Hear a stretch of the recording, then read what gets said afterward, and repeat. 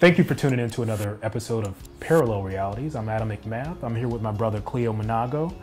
And today we're going to talk about Stephon Clark. Cleo, can you explain a little bit about why black people are more ambivalent about the murder of Stephon Clark, this is a young man in Sacramento, than they were about the murder of Trayvon Martin, Michael Brown, etc.? Well, at the risk of sounding maybe too intense, I think that Stephon's murder occurred in a period where it's been a lot of talk about how bad black men supposedly are. Mm-hmm. For example, there's an article I'm sure you must have heard of that came out late last year saying that black men were the equivalent of white supremacists of the black community. And there's been equivalent narratives really dogging the black men. And the most of the sources have been so-called feminists or LGBTQ sources. Mm-hmm. And the implication have been this is so-called heterosexual men. Mm-hmm.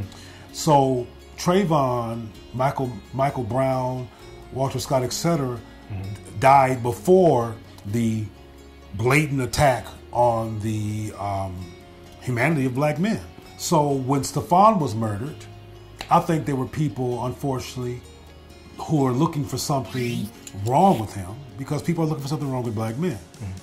Mm-hmm. And unfortunately, many of the deliverers of that narrative are black people. But in my opinion, they're black people caught up in white constructs like feminism, and the LGBTQ thing is completely white. Both constructs do not encourage their members to look at racism, white supremacy.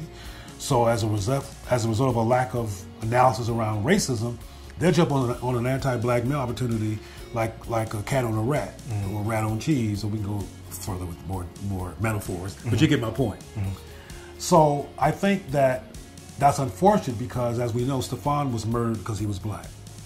The cops would go, wait, before we murder you, do you like black women or do you like white women? Because we're gonna make a decision. That didn't happen. Right.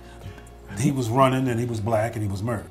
It seems to me that black people are doing to black people what white people do to us every time one of us is murdered. It's pulling up things from the past, pulling up old dirt, and using it against us after we're long gone. Yeah, well, I mean, not unless there's an intervention or you're lucky enough to have a parent that teaches you about how white supremacy works.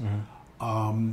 You are at high risk to do what they do to us because this is their country in terms of who runs it and who has the most power and who determines what reality is, even if they have to make stuff up. So yeah, of course, ultimately we do what they do to us. It's kind of like the English language. It's the official language. So no matter if we have Swahili intentions, we're gonna have English implementations because that's what we speak. Stephon Clark was simply a victim of neglect, which a lot of black children are. He is anti-black because he lives in an anti-black society with no challenge to that. And no intervention. What are some of the things that he said? He said lines like, only thing I like blacks is an Xbox. He said that dark women bring dark days. Mm-hmm. And I didn't memorize it all, but he said a lot of very anti-black sentiments. But as I said before, in other contexts, this is an anti-black society. Mm-hmm. And there's anti-black material and influences 24/7 in the society. Mm-hmm. And we've talked before about the doll test. I mean, some of these children were 2, 3, and 4 years old, and they chose the white doll over the black doll and said the black doll had bad attributes. Mm-hmm. So if we deciphered everybody who was murdered based on their anti-black levels, we probably would act the same way these women acted to all of them. Even though Walter Scott, when he ran away from the cops and got shot in the back, it had nothing to do with his taste in women. The dude got shot in the back. When you said 8 times? He got shot at 20 times. 20 times. 8 bullets made contact and mm-hmm. 7 were in his back. How many black men and women and trans folks have to be murdered before there's a clear response to this problem? We need to look at the canvas as if black people are being killed or not. Mm-hmm. We know the answer, black people are being killed. Mm-hmm. I think it's a disservice to us to do this trans division, etc., because in each instance, these are anti-black outcomes, mm-hmm. and we need to be challenging anything that's anti-black that leads to the destruction of black people, regardless of how they love. I'm talking about the larger concern that's inside the community that gets in the way of pure focus on the issue or separating this from everybody else who's being killed.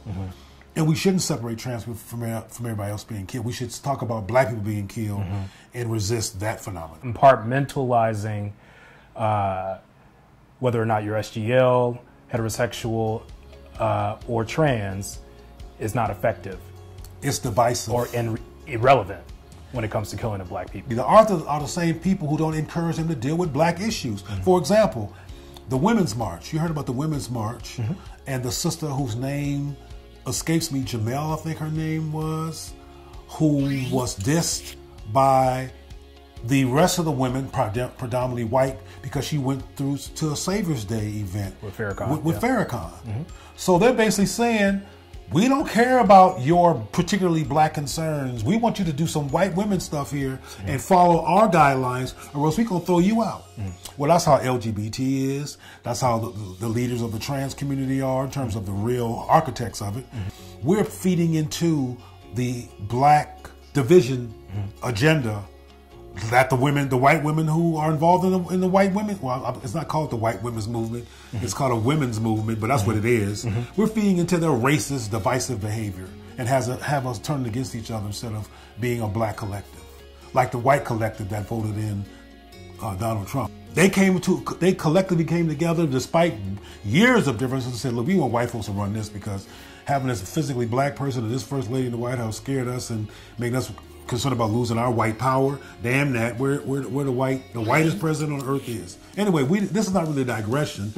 This kind of backs up my perspective of the problem with divisive politics between black people. In the age of people being murdered and killed just because they're black, we need to not fall for the okie doke and allow ourselves to be divided and stepping away from the support of anybody black who was murdered because they were black. Even if they didn't like black people. Self-hate is not a born position. It is the result of cause and effect and living in this society. So we need to step up our game in terms of getting our children to love themselves as an intentional act. And we might not have to face the kind of attitudes that Stephon Clark was living with.